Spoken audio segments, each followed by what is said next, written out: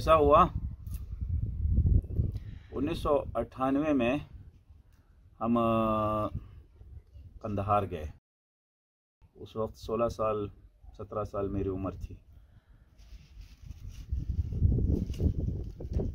रमज़ान हमने वहीं पर गुजारा। ईद की नमाज भी पढ़ी। ईद की नमाज का वाक़या वो अलग शान का वाक़या था। उस तरह की ईद की नमाज हमने कभी भी नहीं पढ़ी थी और उसके बाद कभी नहीं पढ़ी। शायद वल्लाहु आलम ऐसी ईद की नमाज हमें दोबारा नसीब होगी। अल्लाह ताला खैर व आफियत का मामला फरमाए। अरगंदाब नाम की जगह है कंदहार में। 6 लाख का मजमा था। 6 लाख। ऐसी ईद की नमाज किसी ने पढ़ी होगी?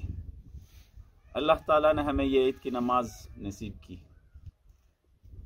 मुल्ला मोहम्मद उमर साहब रहमहुल्लाह ने इमामत फरमाई।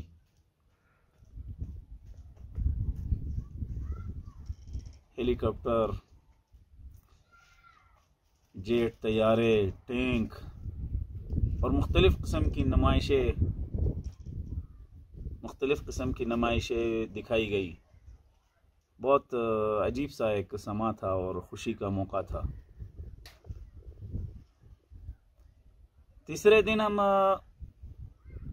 कंधार शहर में घूम रहे थे तो एक मौलवी साहब से हमारी मुलाकात हो गई। वो यतीमों, माजूरों और मोहताजों के जो बैंक होते हैं उसके ज़िम्मेदार थे। बातों बातों में हमने कहा कि मुल्ला मोहम्मद उमर साहब रहमहुल्लाह से हमने उनसे कहा कि मुल्ला मोहम्मद उमर साहब से हमारी मुलाकात नहीं हुई है। तो उन्होंने कहा अजीब बात, अभी तक आप लोग मुल्ला मोहम्मद उमर साहब से नहीं मिले हैं? हमने कहा नहीं। चलो, वो बहुत सादा किस्म के लोग थे। चलो चलो जल्दी करो। अपनी गाड़ी में बिठाया और हमें जाकर मुल्ला मोहम्मद उमर साहब के महल कहें आप या दफ्तर कहें, वहाँ जाकर उन्होंने गाड़ी रोक ली और पहरेदारों को कहा कि मेहमान आए हैं मुल्ला मोहम्मद उमर साहब से मिलने के लिए। अब आप तसव्वुर करेंगे कितना बड़ा मुल्क है ये अफ़गानिस्तान, चाहे कितना छोटा मुल्क हो या गरीब मुल्क हो, लेकिन ये दुनिया के एतबार से और दुनियावी शोहरत के एतबार से बहुत बड़ा मुल्क है। यहाँ अंग्रेज़ आए, यहाँ रूस आया और यहाँ अमेरिका आया और बहुत सारे आने वाले हैं वल्लाहु आलम। तो इस मुल्क का जो बादशाह है मुल्ला मोहम्मद उमर, उनसे मुलाकात इतनी आसानी से हो रही है।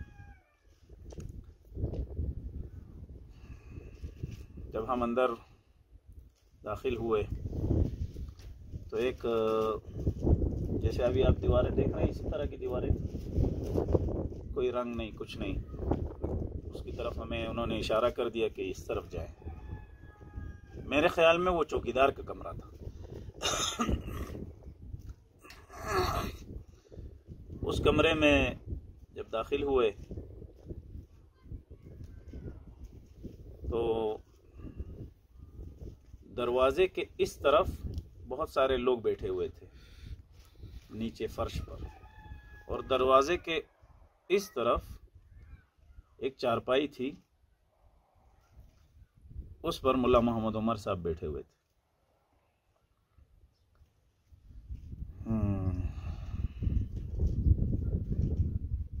जब उनके सामने मैं गया,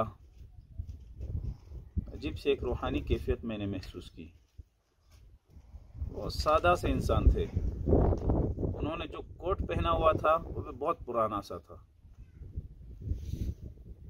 तो जब मैंने हाथ आगे किया तो उन्होंने पूछा ये कौन है, इसलिए कि हम छोटे थे बहुत, और बहुत सारे छोटे साथी हमारे साथ थे। कहा ये कौन है? तो जो नीचे फर्श पर बैठे हुए मशरान थे और बड़े थे, उन्होंने कहा कि ये मेहमान है। तो फिर मेरे हाथ को तकरीबन उन्होंने 1 मिनट 2 मिनट तक पकड़े रखा और लब हिलाते रहे, दुआएं करते रहे। आज भी जब मैं ये जिहाद के मैदान में और सियासी मैदानों में बहुत सारे फितने देखता हूँ और अल्लाह ताला की तरफ से इस्तिकामत की नेमत को देखता हूँ तो ये सोचता हूँ कि शायद ये अमीरुल मोमिनीन मुल्ला मोहम्मद उमर रहमहुल्लाह की वो दुआएं थी, बे आवाज़ दुआएं थी, जो उन्होंने एक मेहमान, एक छोटे से मुजाहिद के लिए की थी। अल्हम्दुलिल्लाह हम उनके वफादार थे। फिर ये इमारत ख़त्म हो गई।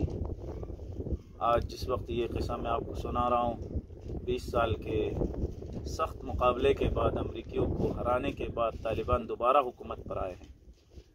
अल्लाह ताला इनको भी अमीरुल मोमिनीन मुल्ला मोहम्मद उमर रहमहुल्लाह के नक्श कदम पर चलने और हमें इनके साथ वफ़ा करने की तौफीक अता फरमाए।